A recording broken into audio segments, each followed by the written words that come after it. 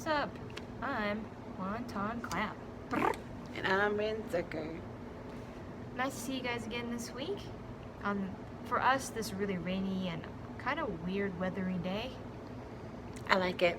So pretty outside. Yeah, but we had sun earlier too. I was not there for that. I was there for all of it. I was not outside. The wind, the wet, rain, and the sun all in one day. It's nice. I like it.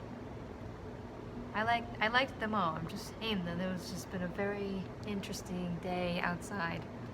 Maybe it is for you guys too. Leave a comment down below if you've had something crazy or similar like that.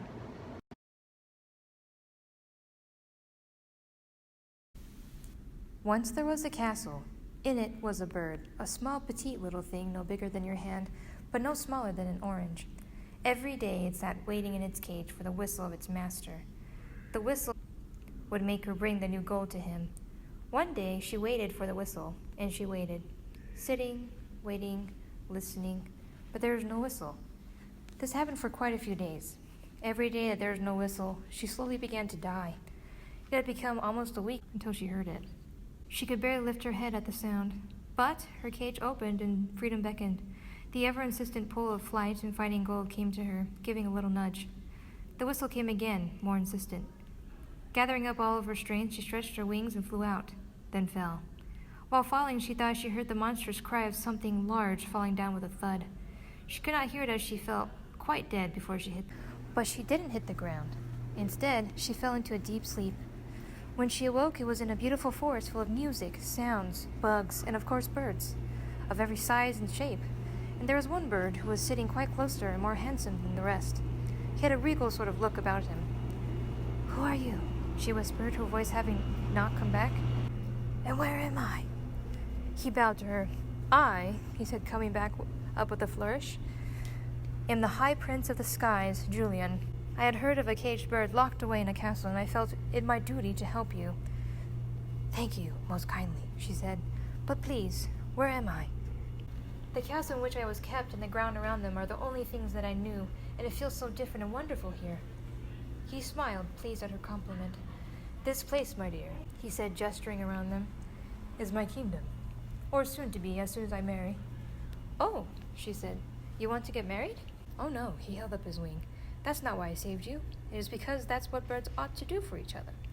I cannot sleep knowing that there is a bird somewhere in trouble. No, I could never force another bird to marry in exchange for helping. That seems quite silly and human." "What if I could bring you gold, make you rich beyond your wildest dreams?" she asked. "Like your last master? We killed him, and not a part of it was able to save him, the giant troll.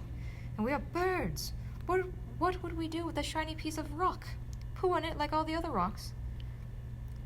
You've made good points," she said, thinking about it. "And it seems that I am free." "Yes, indeed," he said, rocking back and forth in his claws.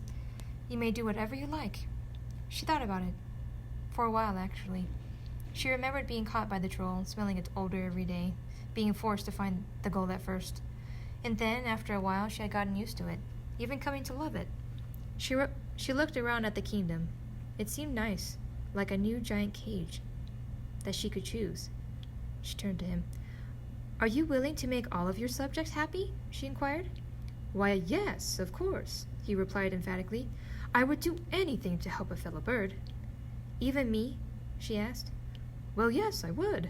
I did just kill a monster to set you free," he replied, laughing a little. "Well then, you could help me by marrying me," she said. He looked shocked. "But you are free," he said, spluttering. "You can do anything you want." "Well, yes," she said, acknowledging his answer. "That is true, but I am small, and so it would be hard for me to fight off predators." "Okay," he said, nodding. "I can see that." "And," she said, continuing, "I don't have any practice feeding myself, as I've lived in a cage most of my life, and was only let out to eat from my master after I gave him gold. I do not know how to feed myself." "I see," he said, sounding like he was deep in thought. "You do have a problem.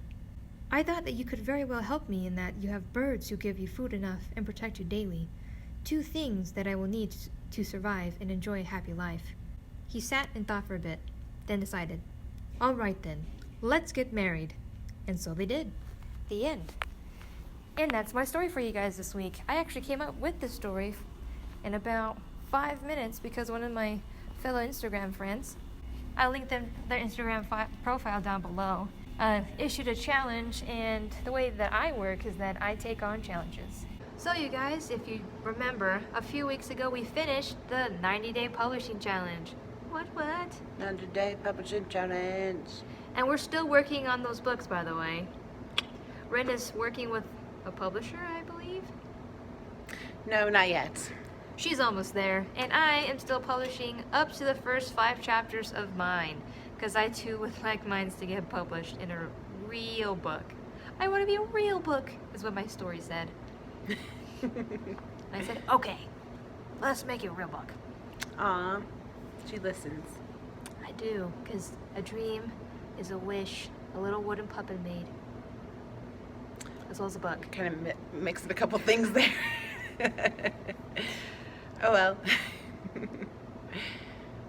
I still have some of my book posted on my website, and it's exciting. I love writing in story form, but I also enjoy writing in poetry form.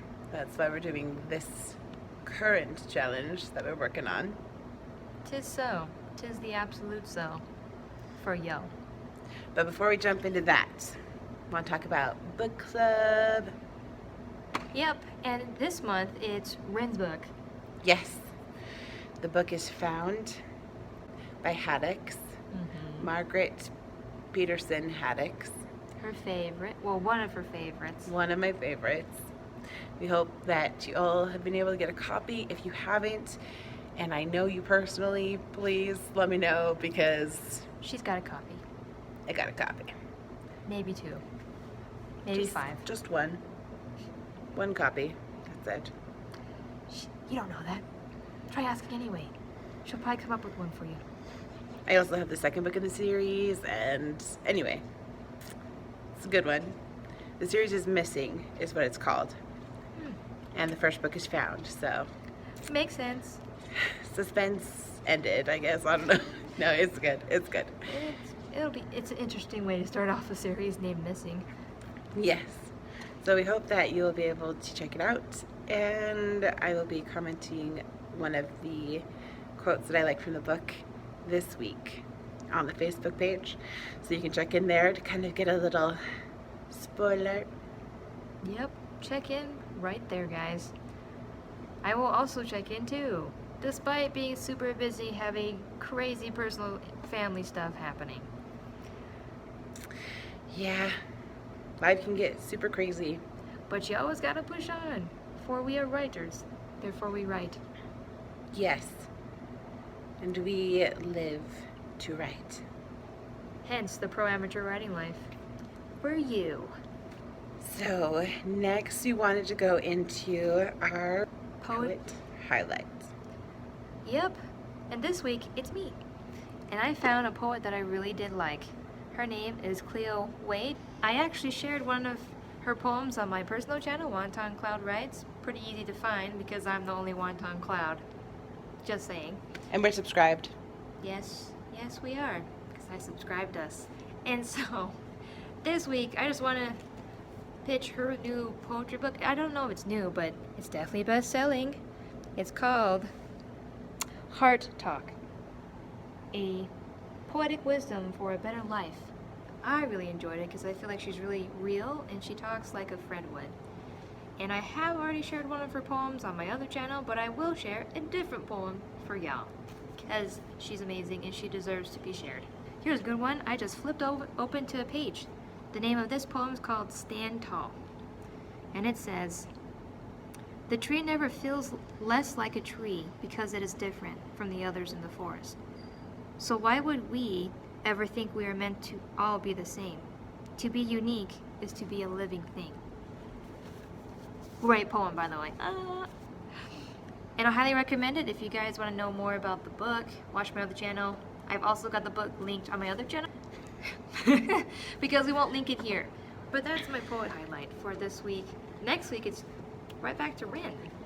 Oh yeah. And now it's time for our couplets. Am I going first or? Yes. Yes, you are. Okay.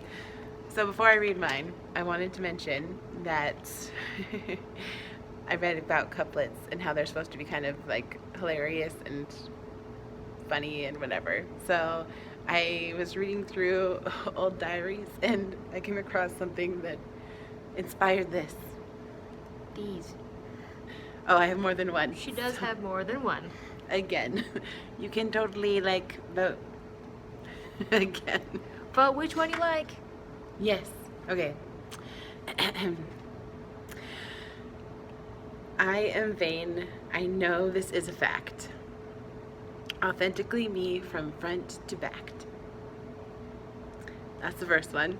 The second one is I'm not skinny or a modern beauty. Still I say I love my big booty.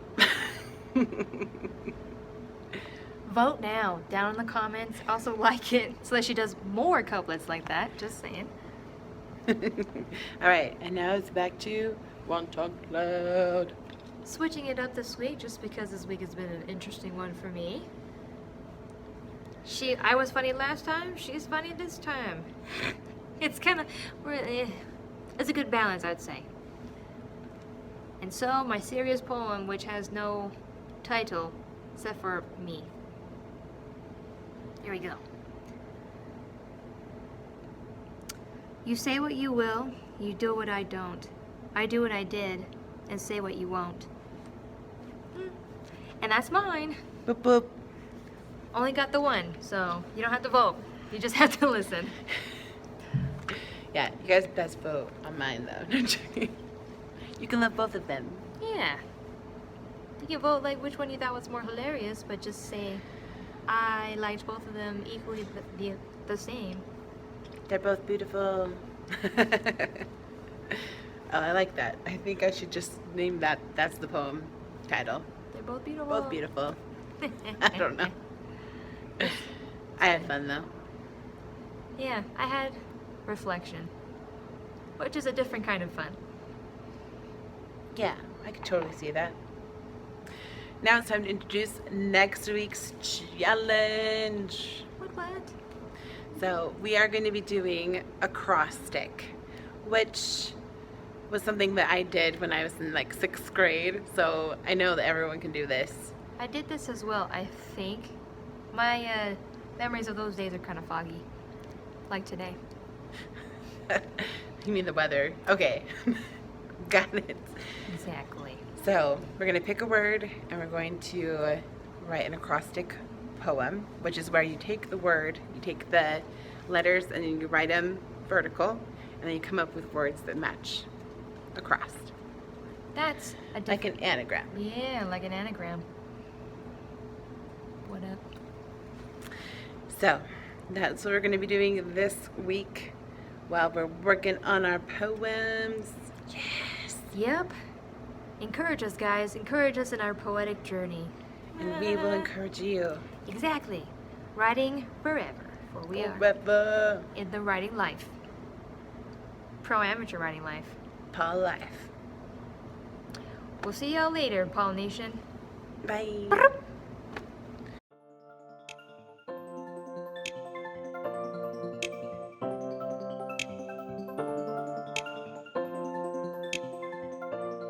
The book linked on my other channel because Ren's kind of crazy about not having links on this one.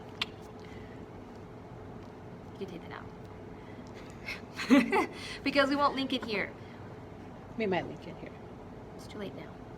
but we might. It's already linked on my other channel. We can link it here too. Not gonna happen. You don't want to? Then you can't blame me for not linking things.